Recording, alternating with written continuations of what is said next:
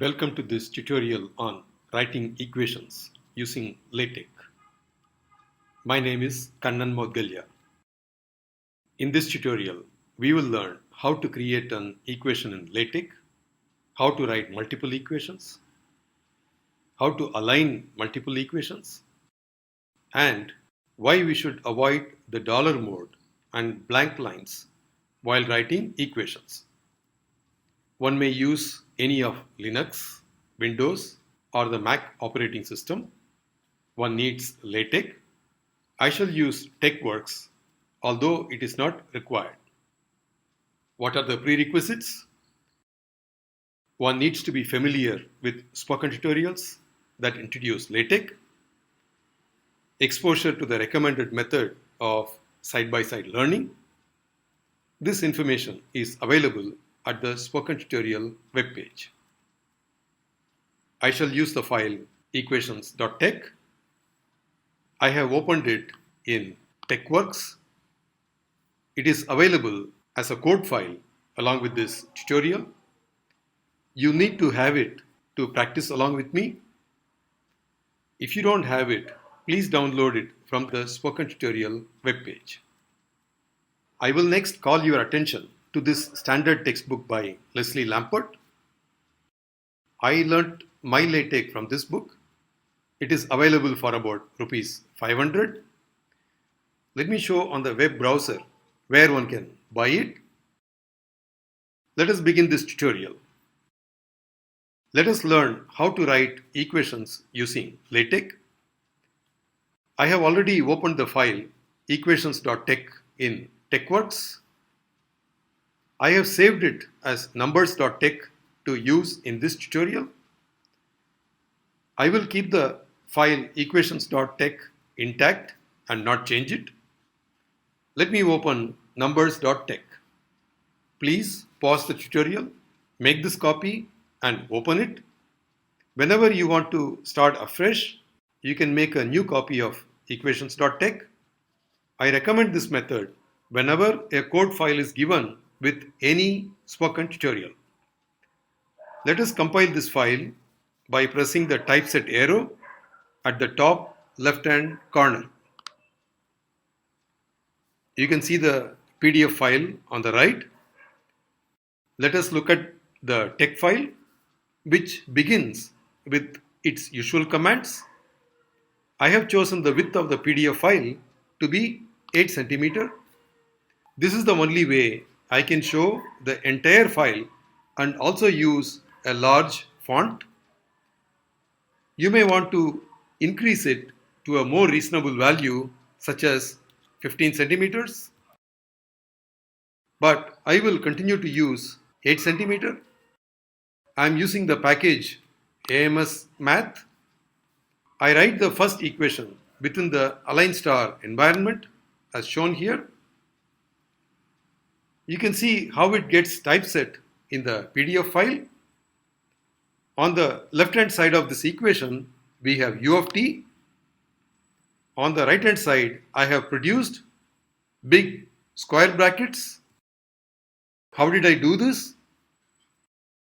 With backslash left square and backslash right square brackets as shown here. Similarly, I write a second equation using align star.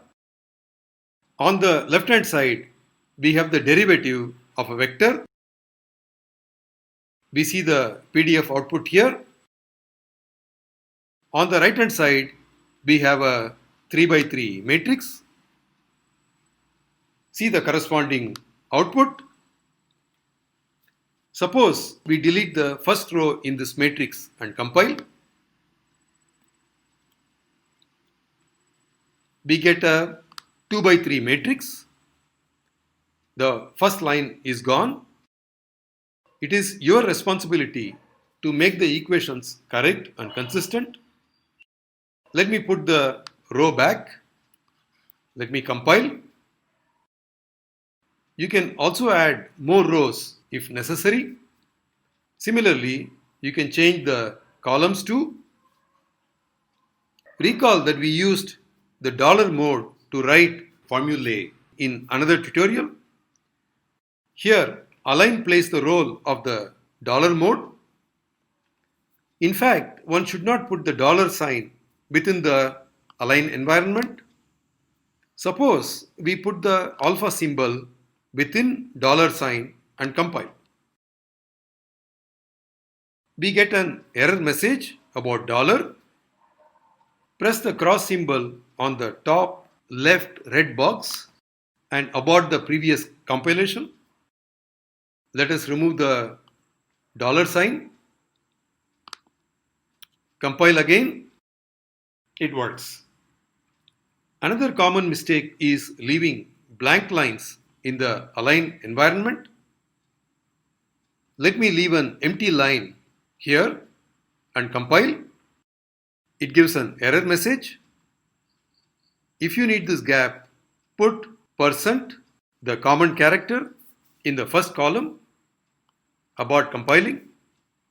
Compile again. It compiles OK. So it is important to remember that you should not leave a blank line within the align statement. Let me remove this line and compile. Next, I want to align the two equations by the equal to sign. For this, we need to put both equations inside one align star environment.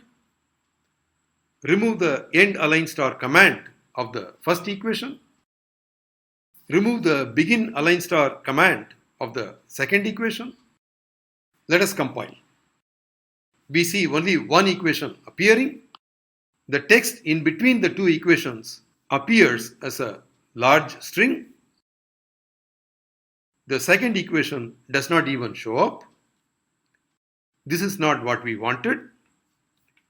This problem is solved with the help of the intertext command. Let us put the text in between braces. Let us also put this command \intertext as I type now. Note that intertext is one word without a space in between. Do not forget the \, before intertext. Also, do not forget the closing brace. These are all common mistakes. On compiling, we get this PDF file. You see both equations now, but unfortunately, you see the equations right aligned, not aligned by the equal to sign. So I'm not happy with it. I want to align by the equal to sign. To do this, let us put the ampersand sign in front of the equal to sign. Let's do it for the first equation. And then let's do it for the second equation. If you have more equations to be aligned, do this for all of them. On compiling, we see the two equations aligned by the equal to sign. The equations are aligned even though there is text in between. Remember to use the intertext command whether you want the equations aligned or not. What do we do if we don't have text in between equations?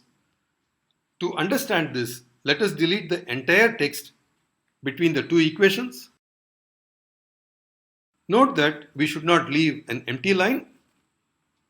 On compiling, we see both equations coming in the same line. We didn't tell LaTeX to start the second equation in the next line. We solve this by putting two backslashes at the end of the first equation. Let us compile to get the correct PDF file. Let us undo and put the text in between two equations. Let us compile once more. This is where we will stop. Let me go to the slides. This page summarizes what we learned in this tutorial. Please recall each of these commands. This is your first assignment. I will give some more assignments. Can you pause the video and try to produce these equations? The required code is given here. Can you produce these equations? Notice that these equations are now aligned at the equal to sign. What happens if you forget a required ampersand sign? It is missing here in the second equation. Please pause the video and try this input. You should get this output. Forgetting ampersand signs is a common mistake made by everyone. Can you pause this video and try to produce this output? Use the hint given here. In this assignment, you have to align 3 equations. Please pause the video and try to produce them by yourself. I have given the answer here. I have the last assignment in this slide. Insert some text between equations. I will now give some general information. This video summarizes the Spoken Tutorial project. We conduct workshops using Spoken Tutorials. Do you have questions in this Spoken Tutorial? Please visit this site. Choose the minute and second where you have the question. Explain your question briefly. Someone from our team will answer them. You will have to register on the website to ask questions. For topics not covered in Spoken Tutorials, visit Stack Exchange at this address. For any other questions, please contact us. The Spoken Tutorial project is funded by MHRD, Government of India. Thanks for joining. Goodbye.